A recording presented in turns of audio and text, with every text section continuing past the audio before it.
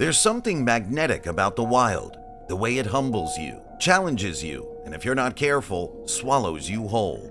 Storm DeBuel knew that pull well. He wasn't chasing fame or staging survival. He was living it. A young adventurer from Belgium, drawn to the silence most people avoid.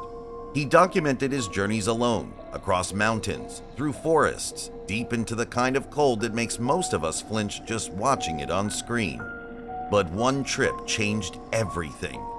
This is the story of a soft spirit, a snowstorm, and a journey that didn't end the way anyone expected. Born in 2002 in the Flemish town of Geraardsberg in Belgium, Storm was an only child who found his peace far from people.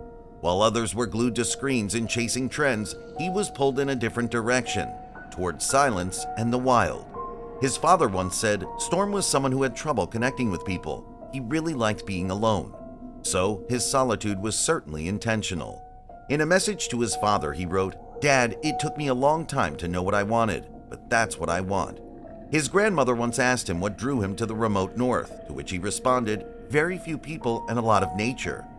By the age of 19, Storm was already venturing out on solo trips. He studied, practiced, and refined his skills with each journey.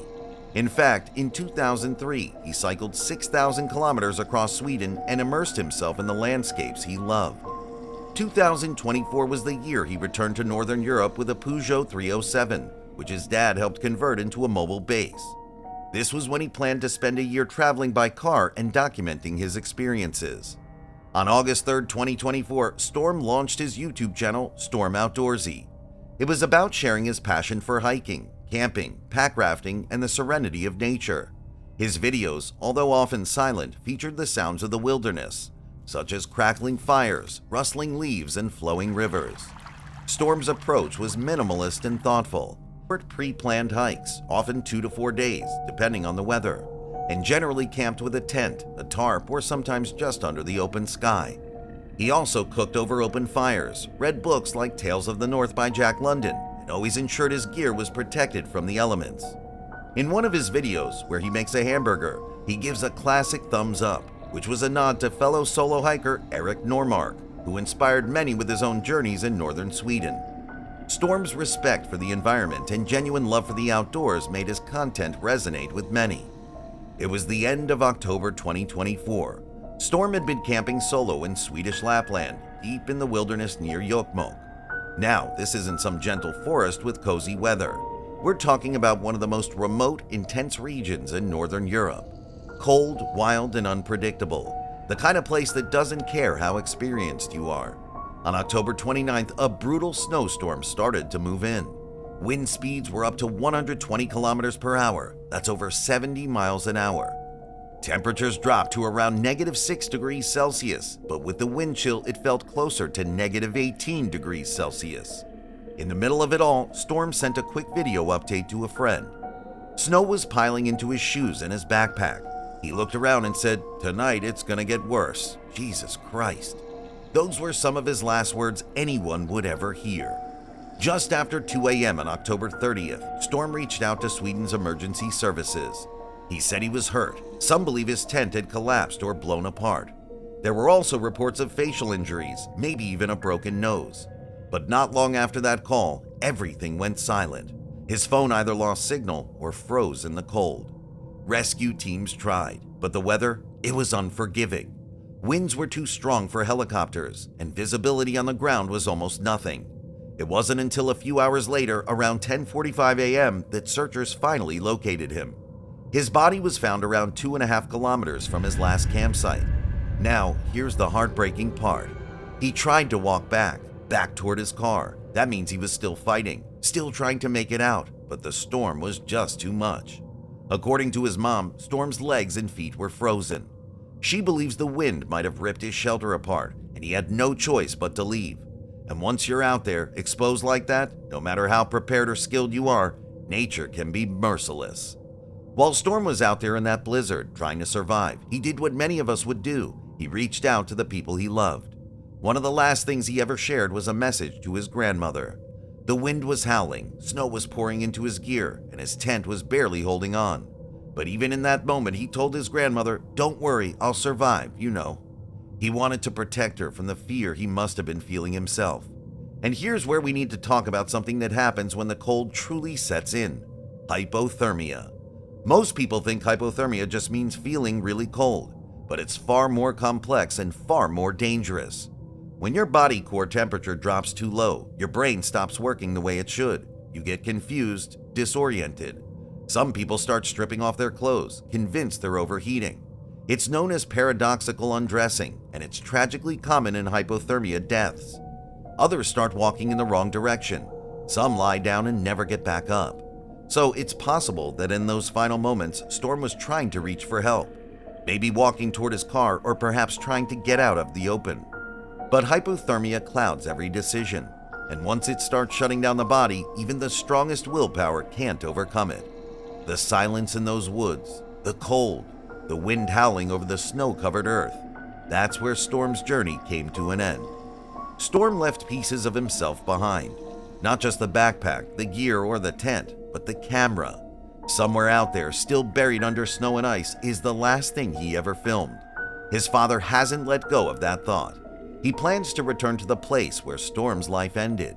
Against all odds, he's hoping to find that camera, not for spectacle, but because, as he puts it, his videos are a priceless legacy for us. Who knows what that camera could be holding? The final images and the last moments Storm experienced in the wild? Storm's mom shared something beautiful too. She said he learned how to survive by watching hours of YouTube videos, just like the ones he eventually started making himself. It was his way of learning, but also his way of giving back. Even though he wasn't very social, making those videos was how he connected. And there's something powerful about that. He wasn't out to become a celebrity. He didn't chase views or likes. What he wanted was to show people the beauty of nature, the stillness, the slowness, and the way life doesn't always need to be loud or fast to be meaningful. His mom said it best. Not that we want to make Storm a hero. We just want him to be remembered as he was. Very calm water with very deep soils. And maybe that's the most honest tribute anyone could ever give. Storm Dubuel loved nature. That much is clear. He lived in sync with the outdoors, observed it, respected it, and shared about it with the world. But nature isn't something we can control. Storm had knowledge, experience, even caution. But in the wild, one bad night is enough. A drop in temperature, a misstep, a storm. That's all it takes. What happened to Storm was tragic because he got caught up in something far bigger than him. A storm that uprooted trees, temperatures that dropped to -18 degrees Celsius. He called for help. He tried to hang on, but the wild made the call that night. Maybe that's why this story hit so hard, because he did everything he could, and still nature had the final word. So as we remember Storm, let's remember this too. Love the wild, but never forget its teeth. Respect its beauty, but don't romanticize its danger. And if you ever find yourself out there, far from the world, take it seriously, because the wild doesn't owe us anything, and sometimes it takes back what we're not ready to lose. Some stories don't begin with a crime scene. They begin with a disappearance and a silence that feels too heavy. Jordan Grider wasn't a celebrity. He wasn't famous, infamous, or even well known until he vanished. What followed was a trail of scattered clues and a body found in a place that only raised more questions than it solved. Who was Jordan Grider? Why did he leave? And why, even now, does the story of his death feel like it's missing something? Before the headlines and the mystery, Jordan Grider was just a guy who didn't quite fit the mold. He was a soft-spoken wanderer who chose the silence of the forest over the buzz of the world. To some, he looked like a man without a home. But Jordan would gently correct you. I have a home, he'd say. I just choose to have it outside. Raised in the dusty stillness of New Mexico, Jordan was homeschooled, living with dyslexia, and carried this deep inward kind of curiosity. He learned by doing, building things with his hands, tuning his ears to music, teaching himself how to live slow and close to the earth. He also took odd jobs when he needed to, from making salsa to shaping furniture and hauling whiskey barrels. For a few years, he stayed in Kentucky, helping raise 3 kids like they were his own. This was a man who chose the woods because everywhere else felt too loud or too much. And it's there, in the quiet, that his story takes a turn. In October 2018, Jordan Grider, a 30-year-old from Wisconsin, packs up his gear and heads out on a solo adventure. He's no stranger to the wild, but this trip, it's different. This time he's deep into the Boundary Waters Canoe Area Wilderness in northern Minnesota. And for those of you who do not know, this place isn't your average camping site. We're talking about miles of untouched wilderness, where getting lost isn't hard to do. He parks his truck at the Sioux Hustler trailhead, straps his backpack, and disappears into the woods.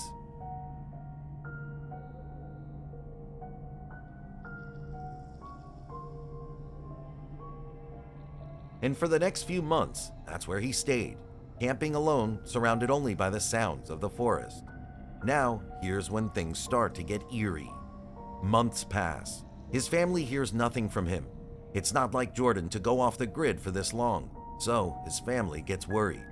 They know the wilderness is dangerous, and of course, their minds start to race. What if something happened out there? What if he needed help? So April rolls around, and the U.S. Forest Service decides to check on things. They head to the campsite, and what they find is unsettling. His hammock is there, but it's covered in blood. His pistol, a 9mm Beretta, is tucked away with 2 loaded magazines. Something's clearly off. What makes this even more bizarre is the lack of any obvious struggle. There's no sign of a fight. The hammock is intact, the tarp's in place, and yet there's blood everywhere. So what happened? Did Jordan get into some kind of accident? Was he hurt and left to fend for himself? Was there an encounter with wildlife, something far darker than we've been led to believe? The air starts to warm, and the snow slowly retreats from the northern woods. It's May 2019, months since Jordan's last communication, months since his family first became frantic about his disappearance. The authorities return to the Boundary Waters, determined to find answers. This time, the weather's finally in their favor. As the snow melts, revealing the ground below, they prepare for a more detailed search, and what they uncover sends chills down their spines. They come across skeletal remains, 12 bones scattered in the area around his campsite. But here's where the mystery deepens. Despite all their efforts, the search yields only a handful of bones, vertebrae, possibly a femur, but not enough to make a full skeleton. There's no clear indication of what happened to him and no obvious sign of trauma or injury. It's like Jordan had simply faded into the wilderness as if the forest had swallowed him whole. And then they searched more. Cadaver dogs were brought in, covering miles of ground, yet nothing else turned up. Jordan's blood-soaked hammock, the few bones found scattered near his campsite, and the utter lack of a definitive explanation. It's enough to make anyone wonder, what the hell happened? Let's break down some of the theories that have been tossed around, because when you've got a mystery this big, people are bound to offer up a few ideas. First up, the theory that seems to make the most sense on the surface is wildlife. So it's entirely possible that Jordan's blood was from an unfortunate run-in with a bear, a pack of wolves, or even some smaller predator that caused him harm. However, even with a wild animal attack, there should be more signs of the struggle. Wildlife, especially larger predators, don't just attack and then leave everything in place. They drag their prey away, leave a blood trail, or even tear apart the remains. But Jordan's hammock was untouched, and no significant struggle was found at the site. So while this is a possibility, it doesn't entirely fit the facts on the ground. Another theory making the rounds is that Jordan may have been injured, perhaps in an accident. Maybe he fell or suffered a fatal wound that caused him to bleed out. But if this were the case, why was there no clear injury found at his campsite or on the bones recovered? Some suggest foul play from another individual, but this theory runs into problems too. Jordan's remote location would have made it incredibly difficult for anyone to just stumble upon him by chance, especially in such an isolated place. Besides, there's no evidence of anyone else being involved, like fingerprints or signs of another person's presence. It's possible Jordan hurt himself and eventually succumbed to his injuries, but the lack of evidence raises questions about how it all went down. Here's a theory that's tougher to digest, but it still needs to be considered. Could Jordan have taken his own life in the wilderness? The solitude, the psychological toll of being alone for so long, it could all have taken a heavy toll on his mental health. But again, there's that pesky missing piece, the blood found in his hammock. Why would he take the time to set up camp and leave behind his personal items if he had been planning to end it all? That's something most people don't think about. When someone's ready to give up, they often don't leave behind any trace of themselves. Jordan did. Then there's the theory that Jordan became a victim of the wilderness itself. The Boundary Waters is a harsh, unpredictable environment, even for the most experienced adventurers. Sudden weather changes could have taken their toll on Jordan in ways we don't fully understand. Some have suggested that something as simple as hypothermia or disorientation could have set in, causing him to wander off or take unnecessary risks. But again, we run into the same issue. If he'd suffered from something like hypothermia, why was there no clear sign of distress at the campsite? Some believe that Jordan may have been the victim of foul play, possibly by someone already in the area or even another traveler who came across him. This theory raises questions about why Jordan's body wasn't found and why there were so few remains to investigate. Could there have been a cover-up? Could someone have been involved in his disappearance but took care to make sure it didn't look like foul play? Or did Jordan walk into a situation that he couldn't control, even in a place he thought he knew well? No matter what theory you subscribe to, one thing is clear: Jordan Grider's case is not going to be solved easily. The Boundary Waters have kept their secrets, and it seems like Jordan's disappearance is just another mystery that nature has decided to keep for itself. Was he a victim of the wilderness? Did he meet with foul play? Or did he fall into the hands of some strange fate we'll never fully comprehend? No one can say for certain. And while the theories will continue to swirl, the true story of what happened to Jordan Grider may never be known. What do you think happened to Jordan? Go ahead and drop your thoughts in the comments. Until next time.